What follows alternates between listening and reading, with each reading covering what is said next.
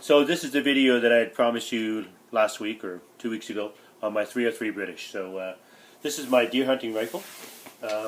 Like I mentioned in a previous video, I just thought about hunting. I just thought about taking up bow hunting, and then kind of migrated on to end up getting a shotgun. And as time went on, I developed a bit of a shoulder problem. So I thought, well, I'm having a hard time doing the bow hunting and just practicing with the bow. So I still went out there and did my thing, but you know what? I came across this 303 British, and it's a sporterized. It shoots well. I went and checked it, checked the barrel, and made sure it was all good. It's empty. I don't even have a clip in there. I don't store any of my guns with any ammunition in it at all.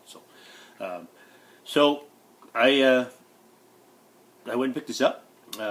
Worked out really well. It's only got a 4x scope on it, a Bushnell, but for around here, I mean, half the time, you know, I'm only shooting at the most 100 yards.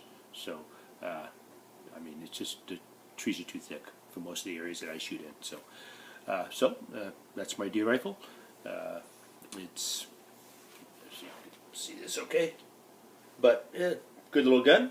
Got a little bit of a kick to it. Really, really loud, as 303 Britishes are, and I don't have the clips here because I have them put away in my gun locker. But it came with a 5-round clip that sat almost flush inside this, and was just a little bit proud.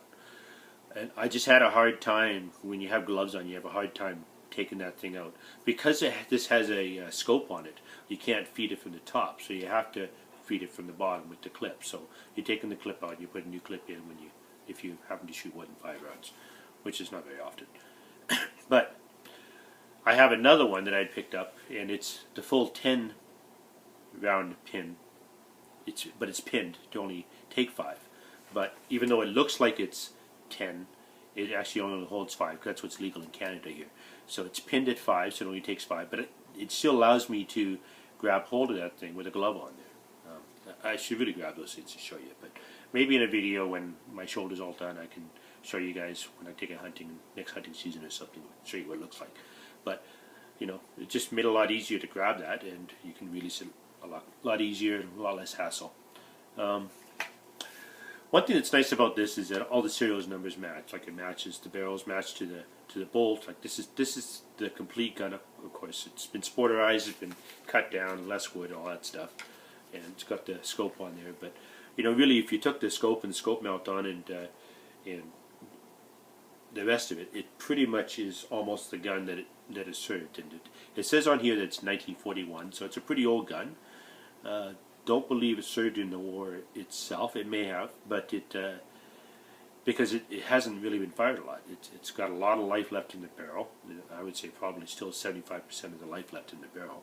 It's really, really tight, and yeah, it's just great. So there's a lot of videos out there on the British. So you know, I've been kind of studying those and stuff like that, and just learning up on the history of them. And inside the thing, I don't have actually a cleaning rod in here, but what I did was I actually put it's just a paracord, and I just use that as sort of a snake type of thing. I drop it down at the one end and then pull it through and clean it that way.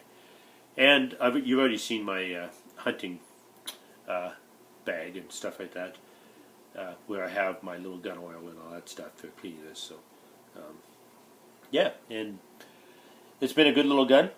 Shoots quite accurately. It's got a little bit of a kick to it. My son, who's 15, who is also hunting, he can shoot it. He's pretty accurate. It's probably a better shot with this thing than I am, to be honest with you.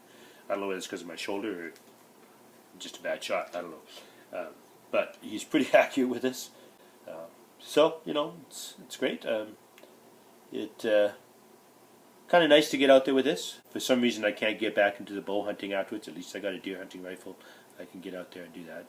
I'm hoping I can get back into the bow. You know, because I definitely enjoy that. But we'll see.